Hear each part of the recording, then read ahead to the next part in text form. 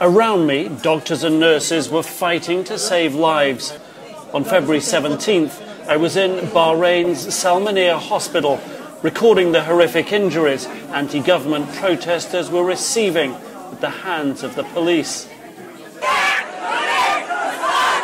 In the hospital grounds, more protesters were rallying, seeking sanctuary.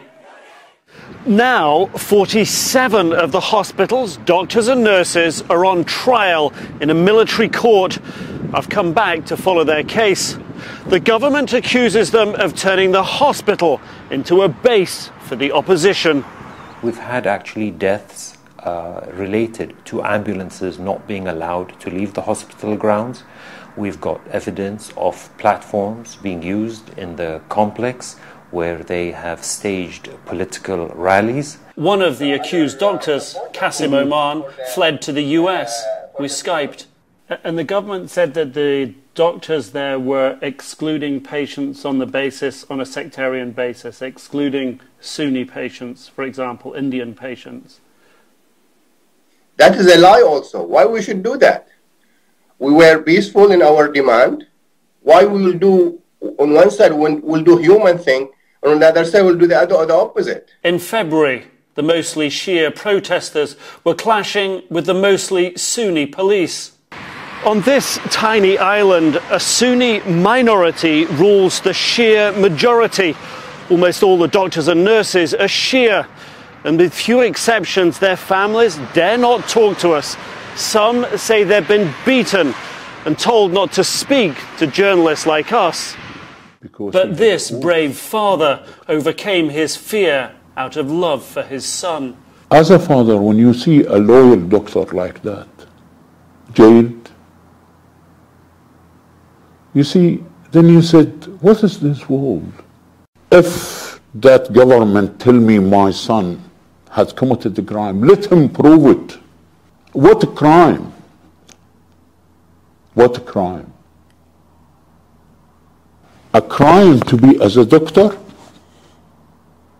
Is this a crime? He tells me his son is locked in a tiny cell with 9 others. 10 people in a 6 metre by 6 metre room. No, it's not 6 metre.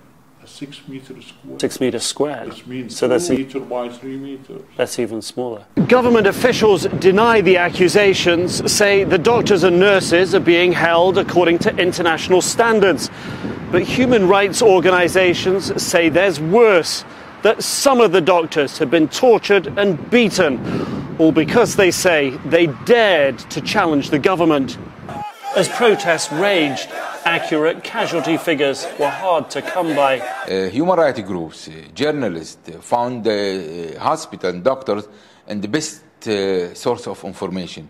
That disturbed government so much because that exposed the level of human rights crimes committed by government.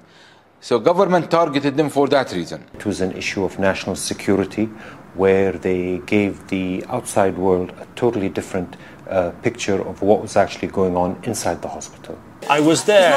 I remember the chaos, the confusion, questioning doctors for details. And I remember I have seen you there. Yeah, I think I remember seeing you there as well. Yeah. You were busy, very busy, as I remember. You were trying to save lives, is what I remember. Yes, I mean, we were there, we were communicating, everybody was seeing everything. There is nothing to hide.